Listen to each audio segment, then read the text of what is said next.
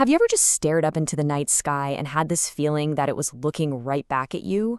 Well, today we're diving into a really remarkable personal account that starts in Sedona, Arizona, a place already famous for its cosmic views, but it ends up going somewhere else entirely. A place where the stars, well, they don't just hang there. They actually compose symphonies. Right off the bat, this quote just sets the stage, doesn't it? This story isn't just about stargazing. It's about an invitation to a symphony of light, all orchestrated by a guide named Zoran. This is where our cosmic journey really begins. All right, so our journey kicks off under some of the most perfect stargazing conditions you can find on Earth. But this incredible setting, it's not just a pretty backdrop. It's the launch pad for everything that's about to happen. So what does it mean to be an international dark sky location? It means there is practically zero light pollution. You get this pure, completely unfiltered view of the heavens.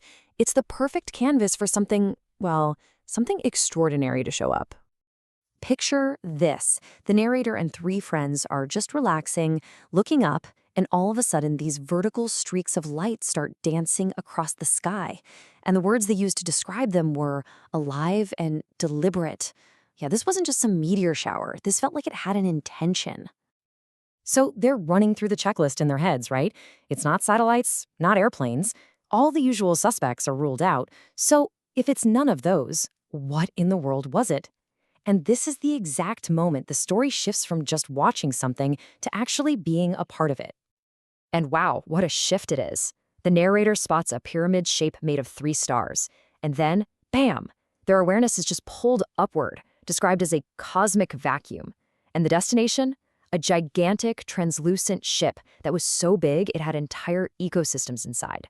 Things escalated really, really fast. So just arriving on the ship was really only the beginning. The next part of this journey is all about who, or maybe what, was waiting for them inside. So the welcoming committee is, well, it's pretty cosmic. You've got a council of 12 beings made of pure light. 2 of them are even named, Zoran, who we heard from in that opening quote, and another really dignified presence they identified as Lord Michael. Now, this is a really crucial point. The communication here, it wasn't verbal at all. It's described as a direct download, a transmission of pure consciousness that felt like a flood of rainbow light. The feeling they reported was just total bliss, the sense of oneness, and a complete release from any tension. So you might be wondering, who exactly are these beings? Well, they're identified with the concept from esoteric traditions called the Great White Brotherhood.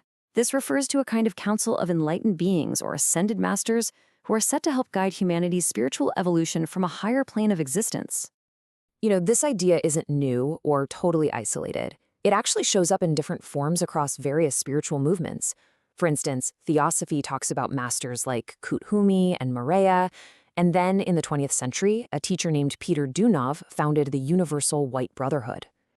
Okay, so all of this, the incredible journey, the beings of light, this cosmic council, it all leads to a very specific purpose. There was a message that was delivered during this whole encounter. And here it is. This is the core of that message. It basically frames our time here on Earth as a deliberate choice, a massive opportunity for souls to be here, right now. And the tool for this planetary upgrade? It's described as a weapon more powerful than anything else. Love.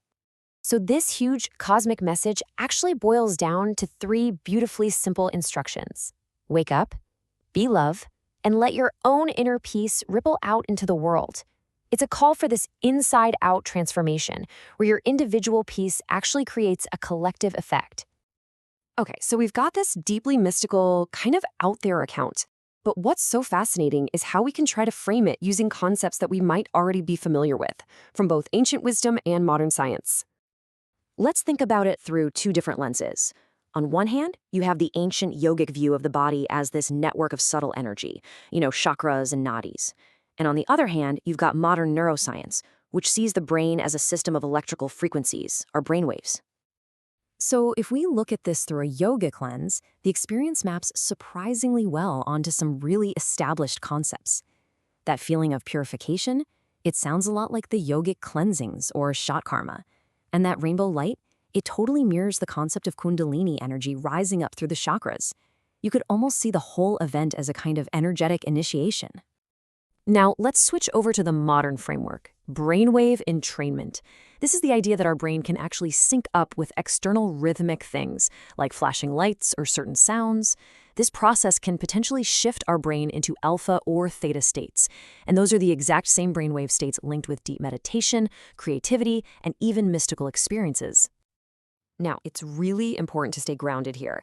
The scientific proof for entrainment causing such elaborate experiences is, let's say, mixed.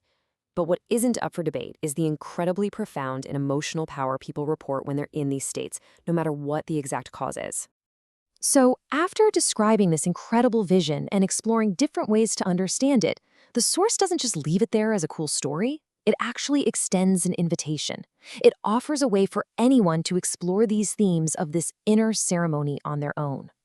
These are presented as 4 Dragon Trials, a series of meditative practices inspired by that original experience. It starts with visualizing a journey through a star tunnel, then moves to working with rainbow light and the chakras, and even using love as a tool for emotional alchemy. And the final step is a mental one, to just question our own boundaries of what we think is possible. When you strip away all the incredible details, the visions, the different frameworks, the lasting impact of this whole experience was a really profound feeling that we are not alone and that there is a luminous community actively guiding humanity toward unity. And that brings us right back to the mission, doesn't it? It's such a powerful, simple, and deeply personal call to action. It suggests that maybe the most impactful thing any of us can do is to just connect with our true, authentic selves and live from that place. So let's end with this provocative question that was raised in the account. It kind of shifts the focus from, did this really happen, to a much bigger question about reality itself. Because after all, if this all seems like a fantasy, wasn't the idea of human flight once considered just as impossible? A really fascinating thought to leave you with.